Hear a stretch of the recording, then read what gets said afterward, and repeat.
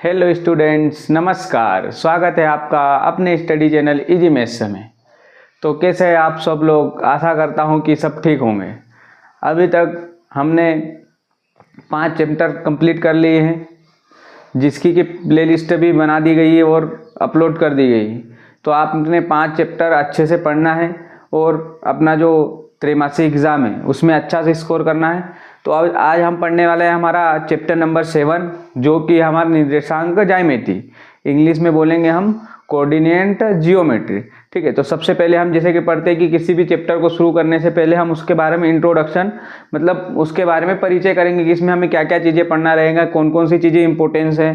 तो आइए देखते हैं हम सबसे पहले कि निर्देशांक ज्यामिति क्या है। निर्देशांक ज्यामिति मतलब हमारा कोऑर्डिनेट जियोमेट्री।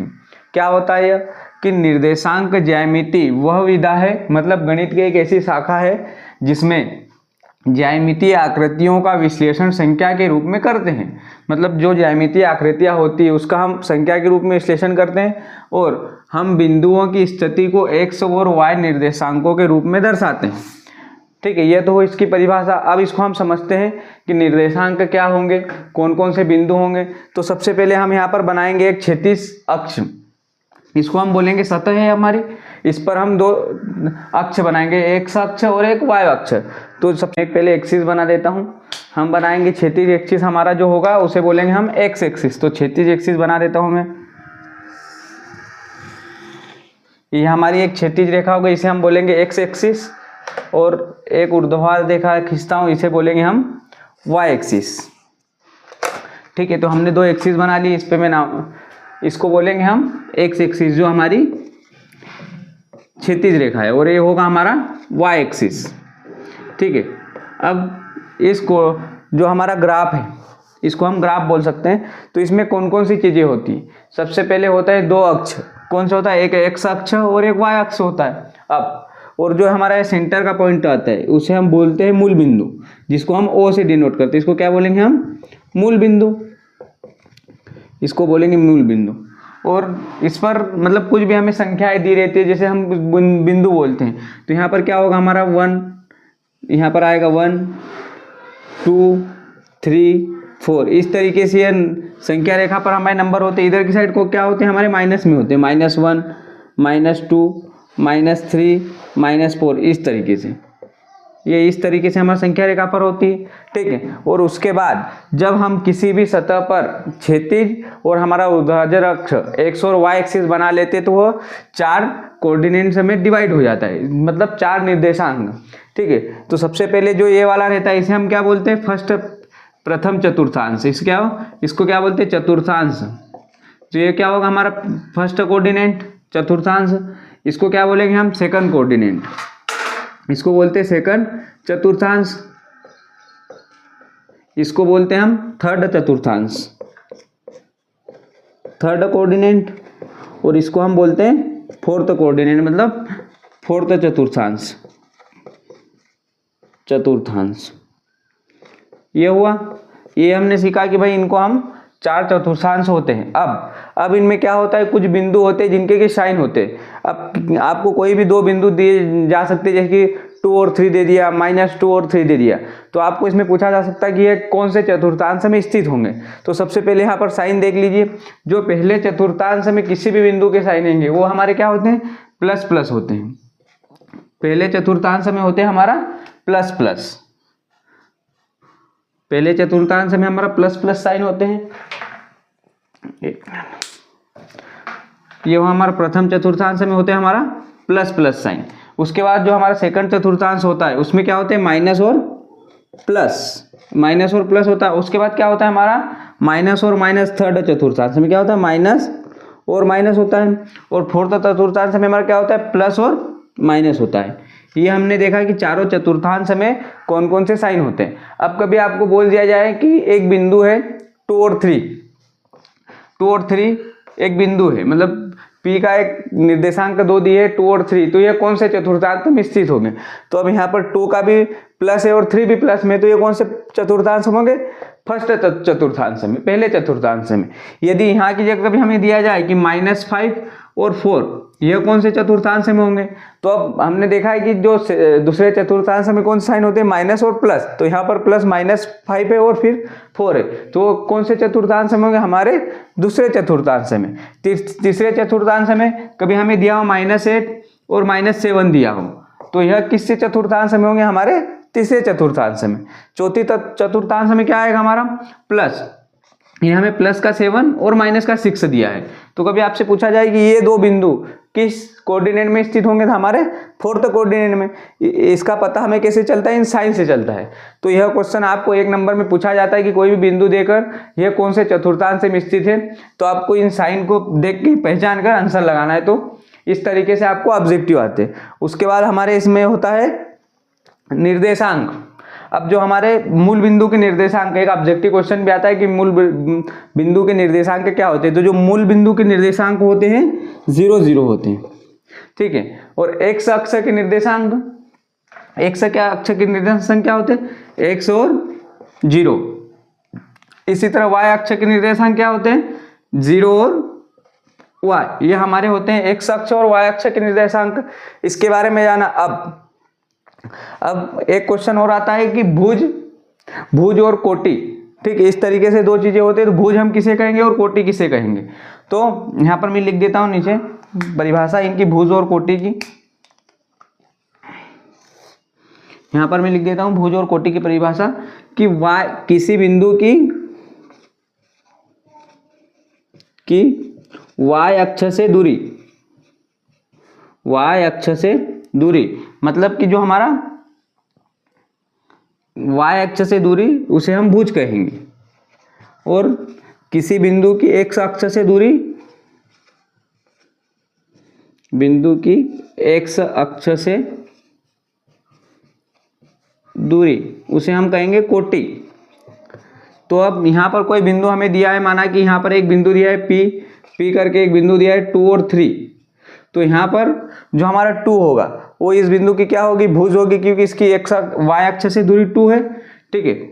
और किसी बिंदु की x अक्ष से दूरी उसको हम बोलेंगे कोटि, तो इसकी कोटि क्या आएगी? 3। इस तरीके से अब इसमें दो महत्वपूर्ण फार्मूले जिस पर कि पूरा चैप्टर 7 हमारा खत्म हो जाएगा। तो हम दो फार्मूले देख लेते हैं। सबसे पहला होता है हमारा दूरी का फार्मूला। आप इस डायग्राम को थोड़ा सा नोट कर लीजिए, ठीक है। अब यहाँ पर होता है हमारा दो फार्मूले होते हैं जिनके आपको पढ़ना है, और इसी के बेसिस पर हमारे सारे सवाल हल होंगे। तो मैं लिख देता हूँ फार्मूला क्या होता है। पहला फार्मूला आता है हमारा दूरी का सूत्र, कि कोई भी हमें दो बिंदु रहेंगे उनके बीच की हमें दूरी निकालना है। तो कैसे निकालते हैं हम? दूरी का फार्मूला हमारा क्या होता है? दूरी का फार्मूला होता है हमारा, दूरी मतलब डिस्टेंस, किन्हीं भी दो बिंदुओं के बीच की डिस्टेंस। तो कैसे निकालेंगे हम? हमें जो बिंदु दे रहे थे वो किस फॉर्म में दिए रहते हैं कि इस तरीके से दिया होगा हमें a x1 y1, ठीक है। और एक बिंदु हमें दिया रहेगा b के रूप में x2 y2। इस तरीके से यदि हमें दो बिंदु, इन दो बिंदुओं के बीच की दूरी हमें निकालना है। तो दूरी का फार्मूला क्या होता है? डिस्टेंस d बराबर क्या आएगा हमारा? √ x2 माइनस x1 का square plus y2 minus y1 का स्क्वायर। यह इन दोनों बिंदुओं के बीच की दूरी का फार्मूला होगा। तो हमें कोई भी बिंदु a और b के रूप में रहेंगे तो हमें x1 और x2 का मान पता रहेगा। तो इसमें हमें मान रखकर हमें दो बिंदुओं के बीच की दूरी ज्ञात करना रहता है। उसके बाद हमारा आता है एक फार्मूला विभाजन का सूत्र। तो विभाजन का सूत्र हमारा क्या होता है? लिख देता हूं मैं। तो विभाजन का सूत्र हमारा होता है विभाजन सूत्र। ये एक महत्वपूर्ण सूत्र है हमारा, विभाजन सूत्र। तो विभाजन सूत्र क्या होता है? विभाजन सूत्र हम जब लगाते हैं जबकि कोई भी रेखाखंड किसी भी बिंदु द्वारा दो खंडों में बराबर विभाजित किया जाए। तो यहाँ पर मैं लिख देता हूं कि किसी बिंदु P के निर्देशांक, किसी बिंदु P के निर्देशांक क्या दिए रहेंगे? हमें x और y दिए रहेंगे, निर्देशांक x और y दिए रहेंगे। तो यह जो निर्देशांक रहेंगे यह किसी दो बिंदुओं को बराबर से बनने वाले रेखाखंड को दो बराबर भागों में डिवाइड करेगा। तो लिख देता हूं x y होंगे, और किसी बिंदु को, यह किसी बिंदु ax x1 y1 व b x2 y2 से बनने वाले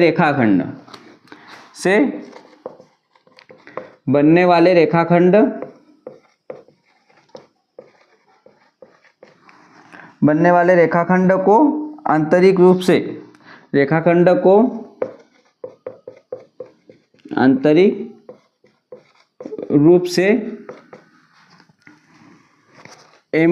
m1 अनुपात m2 में विभाजित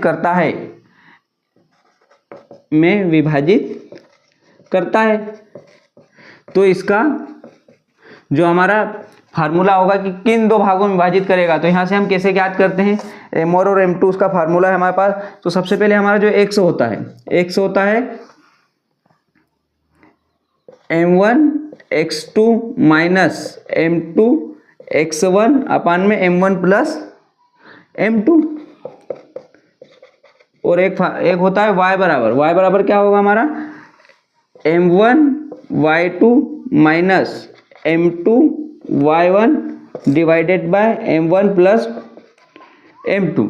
तो ये हमारे दो फार्मूले होते हैं। विभाजन का सूत्र होता है कि कभी हमें कोई भी बिंदु दिया रहा है x y करके, p x y करके, तो वह उनके जो बिंदु होंगे x y1 और b x2 y2, यह इनसे एक रेखाखंड बनेगा। मान लीजिए कि ये रेखाखंड बना है, ये हमारा रेखाखंड है। तो यह यदि m1 और m2 के अनुपात में विभाजित करता है तो इन दोनों की जो हमारी दूरी निकालने का फार्मूला होगा यह होगा, ठीक है। तो ये हमारा फार्मूला का सूत्र होता है, क्या होता है, डिस्टेंस वाला सूत्र, x is equal to m1 x2 minus m2 x1 अपान में m1 प्लस m2, और y निकालने के लिए क्या होता है m1 y2 और माइनस m2 y1 अपान m1 प्लस m2। तो ये हमारे दो महत्वपूर्ण फार्मूले जिन पे आधारित हमें आगे प्रश्नवाली में सवाल करना है। तो आप इन्हें एक बार अच्छे से नोट कर लीजिए, उसके बाद हम हमारी एक्सरसाइज शुरू करते हैं। अभी तक हमने चैप्टर 7 के बारे में इंट्रोडक्शन जाना, उसकी कुछ महत्वपूर्ण फार्मूलों के बारे में पढ़ा। अब हम पढ़ते हैं हमारे प्रश्नवाली 7.1 में। हमारा पहला क्वेश्चन देखते हैं हम, क्या है हमारा, कि बिंदुओं के निम्नलिखित युग्मों के बीच की दूरियां ज्ञात कीजिए। अब हमें कोई भी दो बिंदु दिए गए हैं तो इनके बीच की हमें दूरी ज्ञात करनी है। तो हमारा जो दूरी वाला फार्मूला है उससे हम इन दो बिंदुओं के बीच की दूरी आसानी से निकाल सकते हैं। तो हम पहला क्वेश्चन हल करते हैं। यहाँ पर क्या आएगा, इसका लिखते हैं। अभी हमें दिया है, क्या दिया हुआ हमें लिख लेते पहले कि दिया है, इस तरीके से आपको भी लिखना है। दिया है, क्या दिया है हमें, दो बिंदु दिए, क्या दिए हमें x1 y1 हमें क्या दिया है, मतलब इसका मान a मान लीजिए, ठीक है। a x1 y1 दिया, तो x1 y1 क्या है हमारा 2 और 3। तो यहाँ से जो x1 आएगा वो कितना है 2 है, और y1 है कितना है 3 है, ठीक है। अब उसके बाद एक बिंदु और दिया है, b दिया हुआ है, कितना दिया है 4 और b हो क्या होता है हमारा x2 y2 होता है। x2 y2 is equal to क्या दिया हमें 4 और 1, ये दो बिंदु दिए थे। यहाँ से x2 कितना है 4 और y2 कितना है 1। जब अब हमारा जो डिस्टेंस का फार्मूला है उसे हम लगाकर इसे हल करते हैं, तो हमारा जो फार्मूला होता है दूरी का, क्या होता है, दूरी बराबर क्या होता है, दूरी बराबर होता है हमारा under root bracket x2 minus x1 square plus y2 minus y1 square, ये हमारा फार्मूला होता है दूरी का। अब हमारे पास दूरी क्या होता है, d इज इक्वल टू लिखेंगे। तो सबसे पहले लिखते हैं x2 का मान हमारे पास क्या दिया, x2 क्या है हमारे पास 4 है, 4 माइनस x1 कितना दिया है 2 माइनस 2 का स्क्वायर, ठीक है, प्लस y2 कितना दिया है, y2 यहाँ से हमारा 1, ठीक है, y2 1 माइनस ये माइनस, और y1 का मान कितना है 3, यहाँ से 3। तो अब इनको सोल्व कर लेते हैं का स्क्वायर, ठीक है, ये हुआ। अगली स्टेप में क्या करेंगे, इस ब्रैकेट को सोल्व करेंगे। 4 माइनस 2 कितना बचेगा 2, तो यहाँ पर क्या आएगा 2 का स्क्वायर प्लस 1 माइनस 3, तो कितना आ जाएगा माइनस का 2, क्योंकि माइनस 3 बड़ी संख्या है, तो यहाँ पर कितना आ जाएगा माइनस का 2 का स्क्वायर, ये हो गया। अब इसे सोल्व करते क्या आएगा हमारा, कितना हो जाएगी 2 का स्क्वायर कितना आता है 4, और माइनस 2 का स्क्वायर भी कितना हो जाएगा 4, तो 4 प्लस 4 कितना होगा रूट का 8। अब रूट 8 क्या होता है, इसके हम गुणनखंड में लिखें इसको, तो रूट 8 को हम कैसे लिख सकते हैं, गुणनखंड के रूप में यहाँ लिख देता हूँ मैं। रूट 8 को क्या लिखेंगे 2 इंटू 2, 2 दूनी 4 और 4 दूनी 8। अब यहाँ पर 2 कितनी बार है, 3 बार है, तो 2 बार जो 2 है वो बाहर निकल जाएगा क्योंकि रूट में, तो यहाँ से 2 बाहर निकल जाते हैं, क्या बचा 2√2। तो इन दोनों बीच की दूरी हमारी क्या आ जाएगा, आंसर हमारा 2√2, यह होगा हमारा फाइनल आंसर। तो इन दो बिंदुओं के बीच की दूरी कितना हो जाएगा, 2√2 इकाई। ठीक है, यहाँ पर इकाई लिख लीजिए, 2√2 इकाई या मात्रक कुछ भी लिख सकते हो आप। ये हुआ हमारा फाइनल आंसर। तो हमने जो बिंदु दिए थे उनको हम डिस्टेंस वाले फार्मूले रखकर हमने दूरी निकाली। अब हम आते हैं हमारा second number question. Second number question भी सेम, हमें 2 बिंदु दिए हैं निर्देशांक, अब इनके बीच की हमें दूरी ज्ञात करना है। तो इसको भी हम हल करते हैं। सबसे पहले लिखते हैं कि दिया है, हमें क्या दिया गया है, दिया है क्या दिया, x1 y1 क्या दिया हमें, -5 और 7 दिया हुआ है, -5 7। उसके बाद bx2 y2 क्या दिया, bx2 y2 क्या दिया हमें, -1 और 3 दिया हुआ है, ये हमने लिख लिया। अब हमें डिस्टेंस के फार्मूले में रखकर इसे हल करना है। तो जो हमारा दूरी का फार्मूला होता है, क्या पढ़ा हुआ हमने दूरी का फार्मूला, दूरी बराबर क्या होता है, √x2 - x1 square plus y2 - y1 का स्क्वायर। यहाँ पर हम मान रखेंगे, तो डिस्टेंस हमारा क्या आ जाएगा, √x2 का मान क्या है, x2 बराबर क्या है, -1। तो इसको यहाँ पे बड़ा ब्रैकेट लगा के सोल्व कीजिए क्योंकि साइन आएगा। सबसे पहले लिखते हैं -1, ये हुआ। उसके बाद x2 - x1 का मान क्या है, -5, तो ये माइनस आएगा हमारा ये फार्मूले वाला, और फिर हमारा जो x1 का मान रखेंगे क्या आएगा, -5 और इनका होल स्क्वायर प्लस बड़ा ब्रैकेट y2 का मान क्या दे, y2 का मान दिया हमारे पास 3, y2 का मान 3। उसके बाद ये माइनस y1 का कितना मान दिया 7, ये लिख दिया 7 और ब्रैकेट का होल स्क्वायर। ठीक है, उसके बाद लिखेंगे हम अगली स्टेप में क्या करेंगे, ब्रैकेट को सोल्व कर लेते हैं। ब्रैकेट को सोल्व करेंगे तो -1 और ये माइनस प्लस का 5 कितना हो जाएगा, का स्क्वायर प्लस 3 - 7 कितना आ जाएगा, -4 का स्क्वायर हो जाएगा। अब अगली स्टेप में यहाँ से क्या बचेगा, अंडर रूट में हमारा -1 और प्लस का 5 कितना हो जाएगा, घट जाएगा, घट के कितना आएगा, 4 आएगा। ठीक है, तो यहाँ लिखते हैं हम 4 का स्क्वायर प्लस ये -4 का स्क्वायर कितना हो जाएगा हमारा, 4 चौक 16 और 16, तो यहाँ पे क्या आएगा, 4 का स्क्वायर कितना 16, 16 प्लस 16, तो जो हमारा दूरी आएगा कितना आएगा, d = रूट में 32, रूट में 32। अब 32 को हम गुणनखंड के रूप में कैसे लिखेंगे देख लेते, कितनी बार आएगा, 2 × 2, 2 दूनी 4, 2 × 2 × 2 कितना आएगा, 2 दूनी 4, 4 दूनी 8, 8 दूनी 16 और 16 दूनी 32। तो ये हमारे 32 के अभाज्य गुणनखंड हो गए।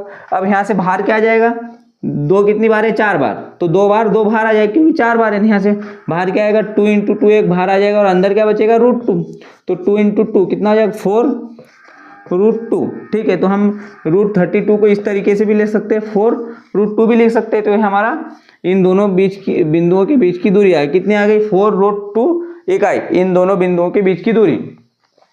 तो यह फार्मूले के माध्यम से हमने इन 2 क्वेश्चन हल किए, आप इन्हें नोट कर लीजिए। अब आते हैं हम हमारे क्वेश्चन नंबर सेकंड पर। क्वेश्चन नंबर सेकंड हमें क्या दिया हुआ है कि बिंदु 0 0 और 36 15 के बीच की दूरी ज्ञात कीजिए।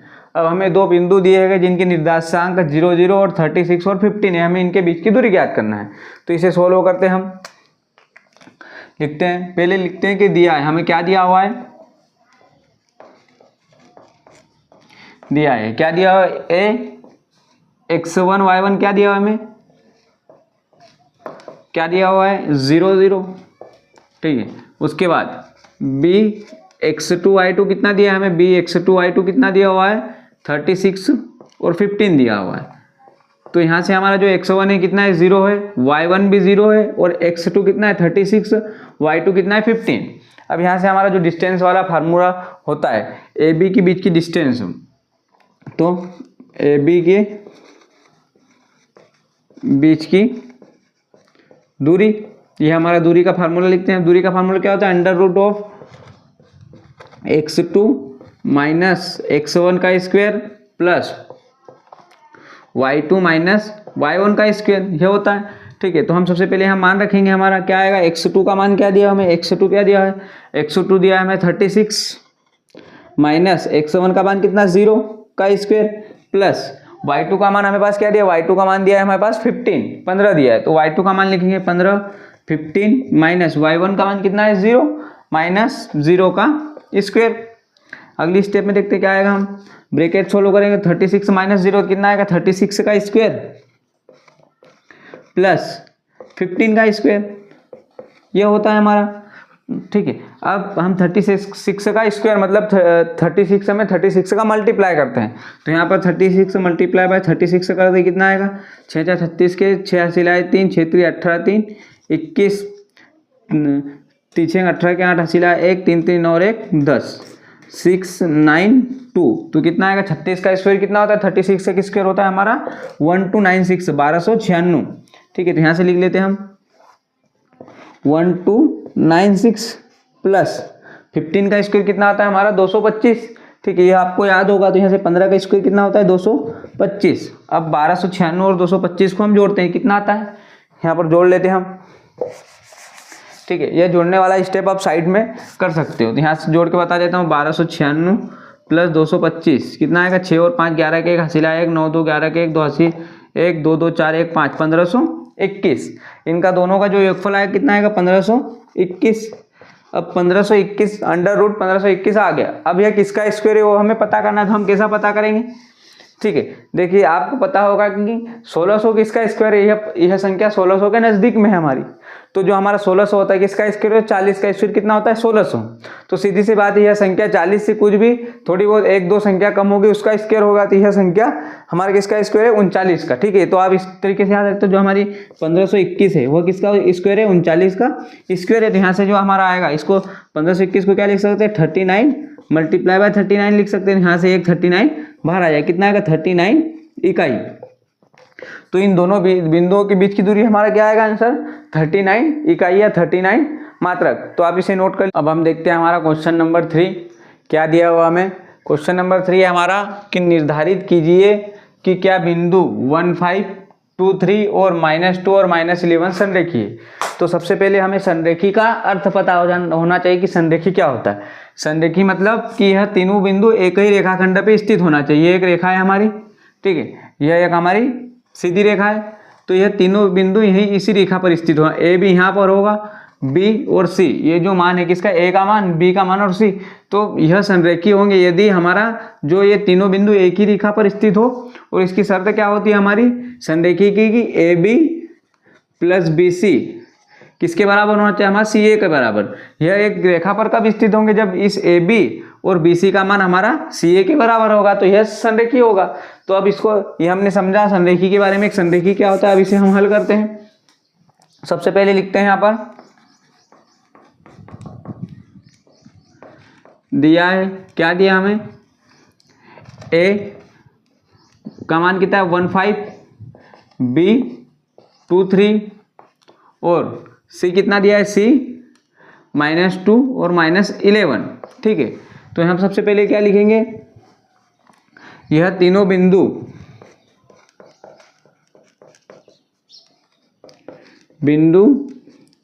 संरेखी होंगे। कब संरेखी होंगे, संरेखी होंगे यदि A B plus B C is equal to C A हो। अब इसे हम सबसे पहले ए बी बी सी और सी ए का मान निकालेंगे, और कभी ए बी और बी सी का मान सी ए के मान के इक्वल टू आता है, मतलब बराबर आता है, तो यह बिंदु संरेखी होंगे। और कभी बराबर नहीं आता तो यह बिंदु संरेखी नहीं होंगे। तो इसको हल करते हैं। सबसे पहले हमें ए बी निकालना रहेगा। ए बी मतलब ए और बी के बीच की दूरी, तो हम ए बी और ए बी कैसे निकालेंगे, तो हमारा ए बी का फार्मूला क्या था, A B is equal to x2 minus x1 square plus y2 minus y1 square, ये होता है हमारा। ठीक है, अब यहाँ से हम लिख लेते हैं ए बी मान निकाल लेते हैं। ए बी का कितना आएगा, ए बी में x2 कितना है हमारा 2 माइनस x1 का मान कितना है हमारे पास 1 का स्क्वायर प्लस y2 कितना दिया है हमें, y2 दिया है 3 माइनस कितना दिया है 5 का स्क्वायर। तो यहाँ से क्या आएगा हमारा अंडर रूट 2 में से 1 जाए, कितना बचेगा 1 का स्क्वायर प्लस 3 माइनस 5 कितना बचेगा माइनस का 2, तो माइनस के 2 का स्क्वायर कितना आ जाएगा अंडर रूट 1 प्लस 4। तो यहाँ से हमारा जो ए बी का मान A B is equal to कितना आ गया अंडर रूट में हमारा 5। तो ये हमने ए बी का मान निकाल लिया अंडर रूट 5। अब हम निकालेंगे बी सी का मान। तो बी सी हमारा क्या होगा बी सी का फार्मूला क्या हो जाएगा same formula x2 minus x1 square plus y2 minus y1 का स्क्वायर, ये हमारा सेम फार्मूला रहेगा। तो अब BC में जो हमारा आएगा B और C बिंदु, तो जो हमारा ये मान होगा कितना होगा x1 y1 होगा और यह मान कितना क्या होगा x2 y2 का मान हो जाएगा। ठीक है, तो अब BC के लिए x2 कितना है हमारे पास x2 है हमारा माइनस का 2। तो यहाँ लिखते हैं हम अंडर रूट में x2 का मान कितना है -2। उसके बाद माइनस x1 कितना है हमारे पास x1 दिया है 2, तो ये माइनस और ये माइनस का 2 कितना स्क्वायर प्लस y2 कितना दिया है पर y2 दिया है हमारा माइनस का 1, तो यहाँ लिख दिया -11 और y1 का मान कितना दिया 3, तो माइनस का 3। अब इन्हें हम ब्रैकेट सोल्व करते हैं तो यहाँ से क्या आ जाएगा -2 और -2 कितना आएगा माइनस का 4 आ जाएगा। तो यहाँ से माइनस का 4 का स्क्वायर प्लस -11 और -3 कितना होगा माइनस का 14 का स्क्वायर। ठीक है, अब इसे हम लिख लेते कितना आ जाएगा हमारा 4 का स्क्वायर 16 प्लस 14 का स्क्वायर कितना होता है गुणा करके देख लेते हैं। 14 मल्टीप्लाई 14 4 चौ 16 6 सिला 1 4 एकम 4 1 5 1 4 1 6 5 9 196। तो हमारा जो 14 का मल्टीप्लाई ये अंडर रूट होता है कितना होता है स्क्वायर हमारा होता है 14 का स्क्वायर 196। अब इन्हें हम दोनों को जोड़ लेते क्या आ जाएगा हमारा 6 और 6 12 के 2 हसीलाए 1 9 और 1 10 और 1 11 के 1 हसीलाए 1 1 1 और 2, तो कितना आ गया अंडर रूट 212 आ गया। अंडर रूट में 212 भी हमारा हो गया BC का मान हो गया। अंडर रूट 212 हमारा हो गया BC का मान। अब देखते हैं हम इसको हम सोल्व भी कर सकते हैं, तो इसको हम इसके अभाज्य गुणनखंड करके देख लेते हैं। यहाँ से 212 कितना आता है 2 से जाएगा 106 फिर 2 से जाएगा 51 फिर 51 से, तो हमारा जो मान आएगा अब 51 में किसी संख्या का भाग नहीं जाएगा कितना आ जाएगा हमारा 1, तो ये कितना होगा 2 रूट 51 212 मतलब 2 रूट 41 हो जाएगा क्योंकि 2 बार है। ठीक है, तो इसको हम सबसे पहले इस तरीके से मैं आपको लिख के बता देता हूँ। यहाँ पर क्या आ जाएगा 2 इंटू 51, तो यहाँ से 1 2 बाहर आ जाएगा, तो BC का मान हमारा क्या है 2 रूट 51 आ जाएगा। अब हमें क्या निकालना है अब निकालना है हमें CA। अब हमें CA का मान निकालना है, तो CA निकाल लेते हैं हम सबसे पहले। CA का मान भी सेम तरीके से हमारे डिस्टेंस वाले फार्मूले से निकाल लेते हैं। तो CA के लिए हमारे पास जो आएगा CA के लिए होगा x2 क्या x1 और x2 के x1 क्या होगा x1 होगा और ये y1 होगा। ये x1 का मान -2 और y1 का -1, x2 1 हो जाएगा और y2 हो जाएगा 5। तो यहाँ से हमारा सबसे पहले क्या लिखेंगे x2 माइनस x1 लिखते हैं, तो x2 का मान कितना है 1 माइनस x1 कितना आ जाएगा हमारा माइनस का 2, तो ये -2 का square plus y2 minus y1 कितना है मेरे पास 5, यहाँ से 5 और y1 कितना है हमारे पास माइनस का 11, यहाँ से आएगा माइनस का 11 आ गया। उसके बाद ये कितना आ जाएगा हमारा माइनस प्लस, तो यहाँ पर कितना 3 का स्क्वायर प्लस ये कितना हो जाएगा माइनस प्लस और 5 कितने होगा 16 का स्क्वायर।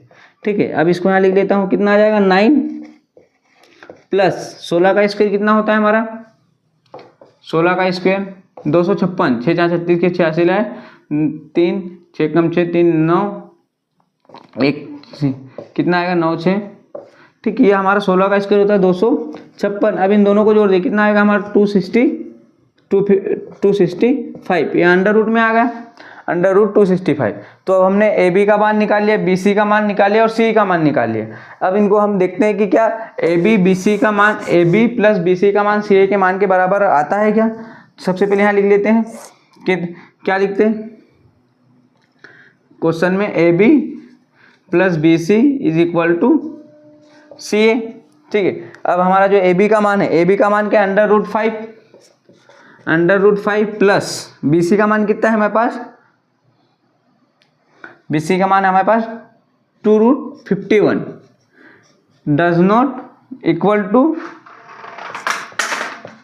265, मतलब इन दोनों का मान, इन दोनों का जो योगफल है इसके बराबर नहीं है, तो यह संरेखी नहीं होंगे। मतलब कि जो हमने लिखा था कि यदि ये संरेखी होंगे तो AB प्लस BC का मान CA के बराबर होगा, लेकिन हमने हल करने पर क्या आया कि AB plus BC is equal to does not equal to CA, अतः यह बिंदु संरेखी नहीं होंगे, अतः यह बिंदु संरेखी नहीं होंगे। ठीक है, तो ये हमने क्वेश्चन को संरेखी होंगे कि नहीं यह सिद्ध करके देखा। और आपके लिए चैप्टर नंबर 5 तक की प्ले लिस्ट डिस्क्रिप्शन में उसकी लिंक दी है, तो आप उसे जरूर देखें। ठीक है, और चैप्टर नंबर 6 हम इसके बाद पढ़ने वाले हैं। आज की क्लास को यहीं समाप्त करते हैं। क्लास पसंद आई तो लाइक अवश्य करें, चैनल को सब्सक्राइब एवं अपने दोस्तों के साथ शेयर करें। पढ़ते रहिए, धन्यवाद, जय हिंद।